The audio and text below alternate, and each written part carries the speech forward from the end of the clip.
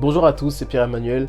On se retrouve aujourd'hui pour une nouvelle vidéo sur la chaîne Pierre-Emmanuel Off. Et aujourd'hui, c'est une vidéo un peu particulière. Ce sera donc le premier épisode de comprendre des principes bibliques avec les animés. Et là, j'en vois déjà venir beaucoup. Oui, mais les animés, est-ce que c'est chrétien? Qu'est-ce qu'il va nous dire, etc., etc. Doucement. J'en ferai une vidéo. Je vais répondre à toutes les questions, etc. Mais là, pour le moment, c'est un préface. C'est vraiment un lancement. Et il y a beaucoup de choses. Je ne dis pas que les animés, ce sont des choses chrétiennes ou quoi, mais je dis que au travers de ce que nous pouvons voir, tout comme la Bible dira que la nature enseigne, il y a certaines choses, certaines émissions télévisées que nous pouvons regarder, certains animés que nous pouvons regarder, qui derrière peuvent nous véhiculer un message, qui peuvent nous faire prendre conscience de certaines choses dans la Bible, ou alors qui nous permettent de comprendre certains faits bibliques. Non pas que l'animé est biblique, mais que dedans, il se trouve, si l'on intègre bien, si nous avons la bonne réflexion, un message qui peut nous permettre de comprendre certains versets bibliques et certains principes bibliques. Et donc aujourd'hui, avec grande joie que j'entame le première émission, on va donc comprendre le principe donc de la maturité spirituelle, de l'éveil spirituel avec Son Goku. Vous êtes prêts? C'est parti pour l'intro.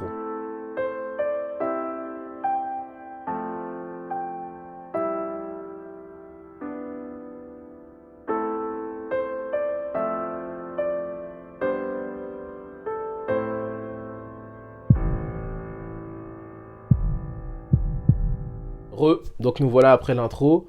Et donc aujourd'hui, comme je le disais, c'est une grande joie. On va y aller directement. On va y aller vraiment directement. Je vais prendre un verset parce que vous devez comprendre quelque chose de très important. 2 Corinthiens 5, verset 17. Si quelqu'un est en Christ, il est une nouvelle créature. Les choses anciennes sont passées. Voici, toutes choses sont devenues nouvelles. Et tout cela vient de Dieu qui nous a réconciliés avec lui par Christ et qui nous a donné le ministère de la réconciliation. Alléluia. Et pourquoi est-ce qu'aujourd'hui je vais parler de Son Goku, etc. Bon, je vais commencer par introduire la chose tranquillement.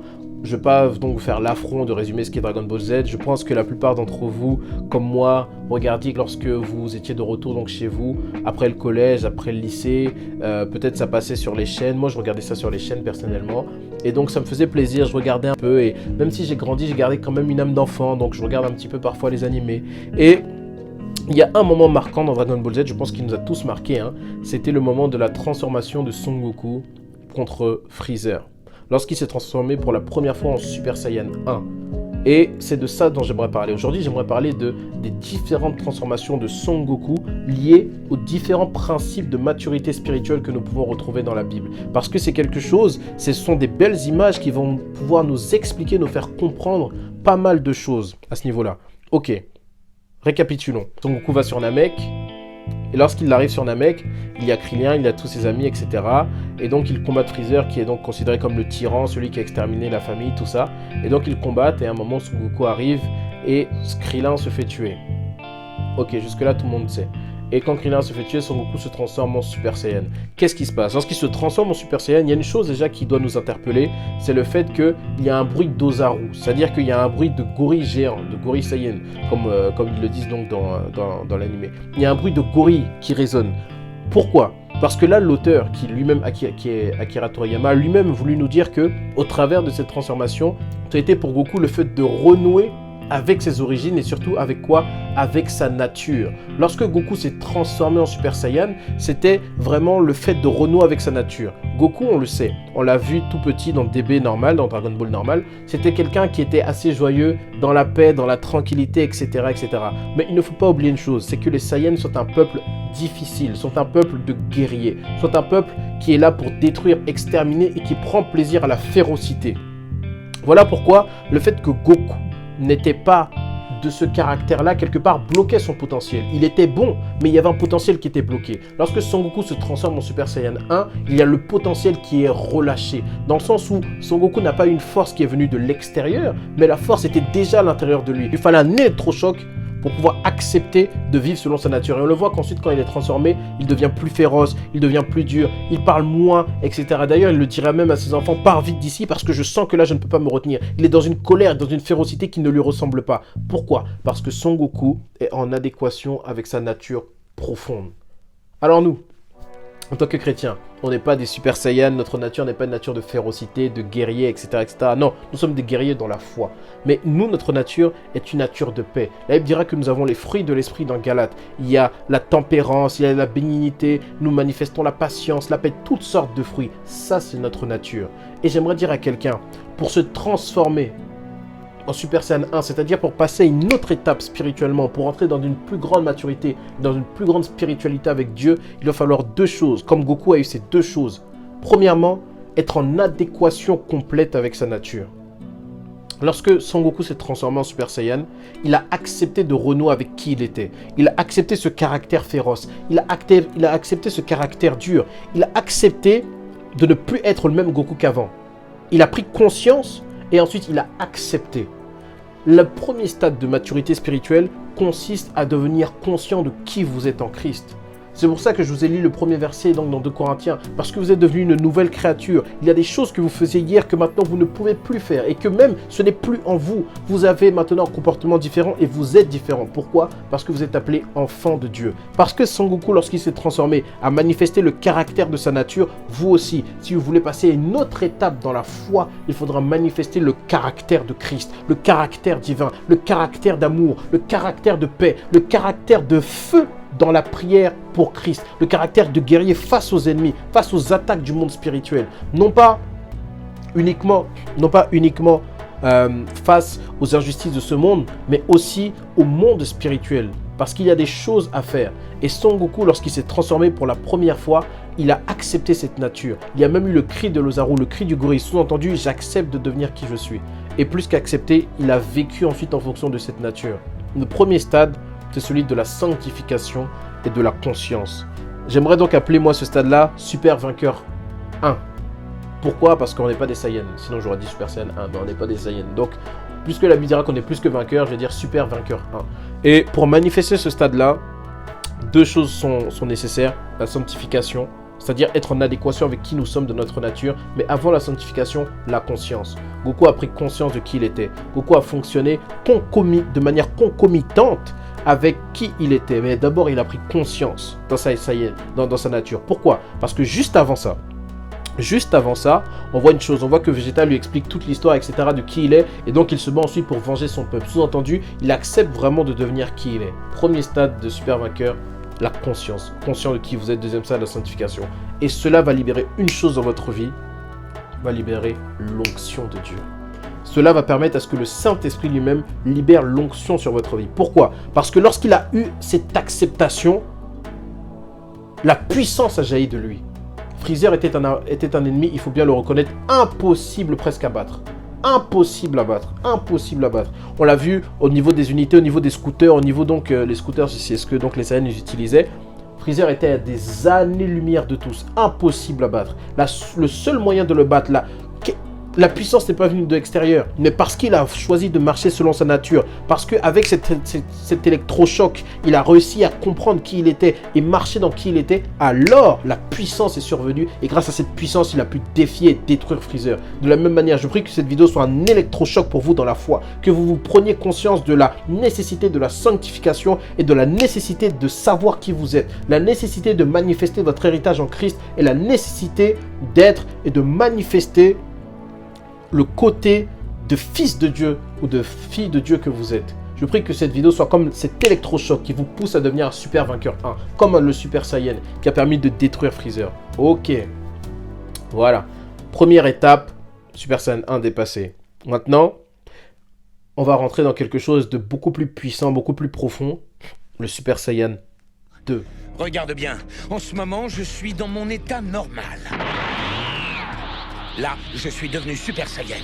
Et maintenant, je suis toujours Super Saiyan, mais je suis passé à un stade supérieur, plus puissant que le premier. En gros, on peut appeler ça le stade Super Saiyan 2. Cette vidéo s'inspire quand même beaucoup d'une vidéo qu'a fait Gaki Parody, c'est un YouTuber. Et en fait, il a fait un Gaki clinique où dedans, il explique vraiment les différents stades du Super Saiyan 3. Donc, je reprends un petit peu ce que lui dit, mais moi, pour expliquer les notions bibliques. Et dans le Super Saiyan 2, dans sa vidéo, qui est d'ailleurs très bien réalisée, hein, il explique une chose, c'est que le Super Saiyan 2 s'acquiert par quelque chose qui n'est pas physique. Dans le Super Saiyan 1, il y avait quand même la notion de force. Il y avait quand même la notion de la chair. Il fallait se battre, etc. Il fallait lutter, il fallait atteindre un certain niveau. Non, dans le Super Saiyan 2, on le voit avec Gohan. On va expliquer comme ça. On le voit avec Gohan. Gohan, le fils de Son Goku, confronte Cell. Cell qui est donc un cyborg, etc. Ouais, il faut regarder la série pour comprendre. C'est un cyborg. Il fait du mal à tous ses amis. Son Gohan est un enfant qui est très différent de Son Goku. Son Goku aime la bagarre, aime se battre de base. Il n'aime pas ça pour avoir une domination, mais il aime ça juste parce que voilà, il aime bien, c'est du sport pour lui. Son Gohan n'a jamais été quelqu'un qui aimait la bagarre. Ça a toujours été un enfant qui avait voulu devenir scientifique, faire ses études, qui aime les animaux, qui aime protéger et surtout qui aime la paix. Il n'aime pas se battre. Et Son Gohan se retrouve face à Cell, cet ennemi qui menace de détruire tout l'univers. Et c'est la seule personne et c'est le seul espoir de Son Goku. Il lui dit, écoute, fils, va te battre. Et il y va, mais un peu à contre-cœur. Et qu'est-ce qui va se passer? Après avoir vu tous ses amis s'être fait torturer, s'être fait maltraiter un peu par Cell, par ce grand ennemi, il va ouvrir les yeux, Gohan, il va avoir comme encore un deuxième électrochoc, et il va se transformer pour la première fois de toute la série Dragon Ball Z dans un stade supérieur à ce qu'on a pu connaître, le Super Saiyan 2. Qu'est-ce que le Super Saiyan 2? C'est un stade supérieur donc du guerrier, et on voit qu'il y a des caractéristiques spécifiques qui voient que le Super Saiyan 2, les cheveux du Saiyan sont beaucoup plus hérissés, l'oreille est violente et électrique, et il est incroyablement en colère. Il passe vraiment à une autre étape où vraiment, et c'est plus que de la colère, je dirais même que c'est une immense concentration. Il canalise son flot d'énergie et est encore plus violent, virulent et féroce qu'avant. Pour nous dans la foi, qu'est-ce que cela représente? Pour passer une autre étape et pour manifester un autre degré d'onction, il est nécessaire bien sûr de manifester encore plus le caractère de Christ, d'où la férocité, etc. comme je l'expliquais avant. Mais plus encore, le Super Saiyan 2 ne s'obtient, d'après Gaki, et je suis d'accord avec lui, qu'après une sorte de boost, qu'après une sorte de détermination, une grande claque que tu te mets et tu te dis « il faut que je fasse ça ». Un genre de boost qui surpasse actuellement, présentement, tout ce qu'il peut y avoir autour de toi. Quand les Saiyans sont Super Saiyan 2, même leur physique change. Et leur physique change à tel point qu'ils sont tellement focus sur ce qu'ils doivent faire, sur le but à accomplir, que plus rien n'a d'intérêt. La preuve, Son Goku, quand il s'est mis en Super Saiyan 2, n'a pas hésité à menacer un Kaio, c'est-à-dire donc un dieu de leur monde, alors que lui, d'habitude, est quand même assez paisible. Mais là, il n'a pas hésité à le menacer, carrément même de le tuer, parce qu'il était tellement focus sur son objectif, celui donc de se battre avec Vegeta, que plus rien pour lui n'avait d'importance. Et il devient extrêmement dur, extrêmement rustre dans ce stade. C'est-à-dire que c'est un stade où on manifeste encore plus, pour nous en tant que chrétiens, le caractère de Jésus-Christ, mais plus que ça, c'est le stade où pour se manifester, on doit prendre conscience que nous sommes sur Terre pour un but. Vous devez prendre conscience que vous êtes sur Terre pour un but. Vous avez un objectif à atteindre. Il y a des choses que vous devez faire. Et lorsque vous prenez conscience de ça, qu'il y a des choses vraiment qui sont pour vous sur cette terre, et qu'il y a des choses, et que vous avez une mission à accomplir sur cette terre, je peux vous assurer une chose, vous rentrez dans une concentration et dans une focalisation qui est absolument divine. Pourquoi? Parce que lorsque nous n'avons pas d'objectif, nous pouvons être oisifs, nous pouvons perdre du temps. Mais quand nous avons un objectif clair et quand nous savons clairement où nous allons avec le Seigneur, je peux vous assurer une chose, votre vie ne sera plus jamais la même. Pourquoi? Parce que, comme quelqu'un a dit, rien ne peut se mettre entre un homme et son ambition. Homme avec un grand H, bien sûr, je le précise. Rien ne peut se mettre entre un homme et son ambition. Si vous avez l'ambition de faire quelque chose et que vous savez que cette chose, c'est ce qu'il y a dans votre cœur, c'est ce qui bout, c'est plus fort que vous et que vous voulez vivre pour faire cette chose, je peux vous assurer une chose. Toutes les distractions, tous les problèmes de sanctification, tout ce qu'il peut y avoir de gauche à droite, vous ne regarderez même plus à ces choses. Les querelles inutiles, ce qu'on dit de vous dans votre dos, ce qu'on dit de vous à gauche, à droite, ce n'est plus votre problème. Vous êtes juste focus sur ce qui vous intéresse. Et si une personne vient et essaie de vous arrêter, vous la détruirez. C'est la parole qui dit que toute arme forgée contre moi sera sans effet. Mais au contraire, vous manifesterez ce que l'Éternel vous dit de faire. Lorsque vous prenez conscience de cette mission, de cet appel, rien ne peut vous résister. Vous passez une autre étape, vous devenez un Super Saiyan 2. Votre physique change. Sous-entendu, dans la première étape, déjà le physique change. Parce que les cheveux deviennent jaunes. Dans la deuxième étape, le Super Saiyan 2, même les traits du visage sont en train de se transformer. Vous êtes tellement en contact avec Christ, votre caractère est tellement imprégné de la personne de Christ que même votre physique commence à changer. Les gens voient quelque chose qui se passe sur vous, un parfum, les gens sont attirés à venir vous parler, quelque chose d'assez léger pour l'instant, mais quelque chose qui attire quand même les gens. C'est le signe d'un stade de super vainqueur 2. Et je félicite toutes les personnes qui sont déjà arrivées à ce stade-là, qui sont conscientes d'avoir une vision, qui sont conscientes d'avoir un appel. Et je prie maintenant, Seigneur, que tu puisses révéler à tes enfants quel est l'appel de leur vie, quelle est la mission qu'ils sont venus faire sur cette terre dans le nom de Jésus. Éclaire les yeux de leur cœur afin qu'ils puissent être concentrés, afin qu'ils ne puissent pas partir et être valdingués de gauche à droite, qu'ils puissent être focus et concentrés maintenant. Dans le nom de Jésus. Amen. Même si vous n'avez pas d'appel particulier, mais tout le monde a un appel particulier, je ne parle pas de venir prêcher forcément l'évangile ou être pasteur comme moi. Non. Vous pouvez avoir un appel dans les finances, vous pouvez avoir un appel en tant que ministre chrétien, vous pouvez avoir un appel dans tellement de choses. Demandez juste à Dieu qu'il vous révèle. Et une fois que vous avez, soyez focus sur cet appel, plus rien ne compte. Et l'onction passera à un autre degré avec vous. Pourquoi? Parce que l'onction ne fait pas la fonction, mais l'onction, c'est-à-dire la puissance que Dieu vous donne, vous aide quand même à accomplir un but. L'onction est là pour un objectif, pour manifester le ministère de Christ et pour manifester ce que Dieu vous a donné. L'onction est là pour un objectif. Donc dans le premier stade, vous ne savez pas exactement ce que vous faites, mais déjà l'onction est là, parce que vous manifestez une certaine vie. Dans le deuxième stade, vous savez exactement ce que vous devez faire. Et une chose que nous devons tous faire, c'est manifester le ministère de la réconciliation. Parce que vous êtes conscient que vous devez gagner des âmes, et que vous voulez marcher dans le fait de gagner des âmes, l'onction va vous accompagner. Déjà, prenez conscience que vous êtes déjà tous des gagneurs d'âmes. Et le fait de pouvoir parler de Christ aux gens, etc., l'onction va vous accompagner, l'onction sera là. Vraiment, prenez conscience de ça. Vous allez voir, ça va faire toute la différence. Alléluia. Soyez vraiment bénis pour ça. Et vraiment bénis pour ça. Le deuxième stade, super vainqueur 2. Peu de personnes y arrivent, mais c'est déjà un stade qui est vraiment très très bien. Et dans le dernier stade, on va parler d'un stade que une seule personne dans toute la série Dragon Ball Z a réussi à atteindre, qui est vraiment un stade absolument marquant, le stade de Super Saiyan 3. Et maintenant, je vais atteindre le stade de Super Saiyan 3.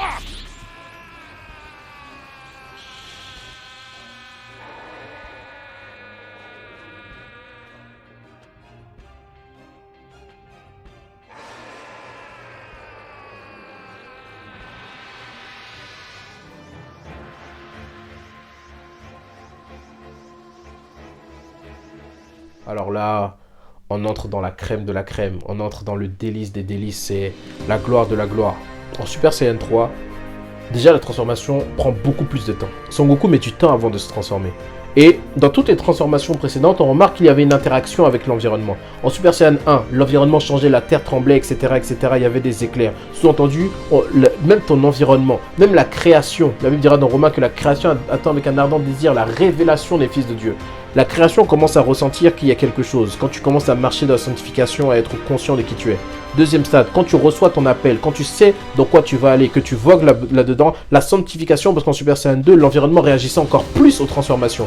Mais en Super Saiyan 3, le ciel lui-même a commencé à se compresser autour de la personne de Son Goku. Les choses ont commencé à être différentes. Et à des milliers de kilomètres, on a pu sentir que là, une personne, un homme, vient d'atteindre un niveau de puissance encore inégalé. De la même manière, lorsque vous atteindrez dans le stade de Super Vainqueur 3, de Super Saiyan 3 dans la foi, votre environnement, les gens, et même ceux qui ne vous connaissent pas, sentiront que, dans l'esprit, quelqu'un vient d'atteindre une dimension. Quelqu'un vient de s'élever. L'environnement même commencera même à vous reconnaître en disant il y a quelque chose qui se passe sur toi. Quelque chose est en train de monter sur toi. Tu es un Super Vainqueur 3 et tu es en train de le manifester. Quel est ce stade? Ce stade est un stade où Son Goku perd ses sourcils, change drastiquement physiquement, et est un stade où on voit un très grand travail de remise en question.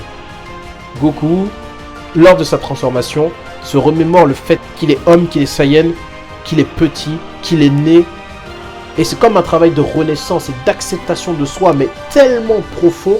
Et c'est surtout un travail d'expression de soi. Parce qu'à la fin de ce travail d'acceptation, on voit qu'il y a quelque chose qui a explosé. On voit qu'il y a quelque chose qui est sorti de lui, quelque chose qui est sorti de sa tête. Quelque chose qui a pris le pas sur qui il était. Sa nature Saiyan. Sa nature a pris le pas sur tout ce qu'il était. Et on voit que dans ce stade, les Saiyans sont arrogants, sont absolument féroces. C'est comme si on retrouvait le Saiyan d'origine. Pourquoi? Parce que le Saiyan se laisse complètement submergé par sa nature et ne devient plus qu'une nature. Par rapport à cela, qu'est-ce que ça veut dire? Ça veut dire que nous, dans la foi en Super Saiyan 3, c'est un stade où nous nous laissons complètement submerger par la personne de Dieu, par la personne du Saint-Esprit à l'intérieur de nous. Il y a différents stades de manifestation. Et il y a des stades, et le dernier stade de manifestation, c'est celui où vous n'avez même plus besoin de parler, que Christ est tellement sorti de vous, que Christ est tellement l'expression de votre vie, que Christ est tellement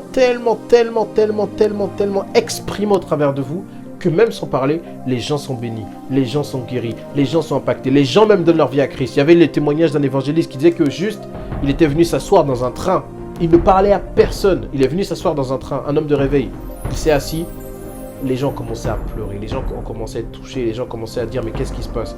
Et sans même les toucher, sans même rien faire, les gens disaient il y a quelque chose qui émane de cet homme. Eh bien, c'était la gloire de Dieu.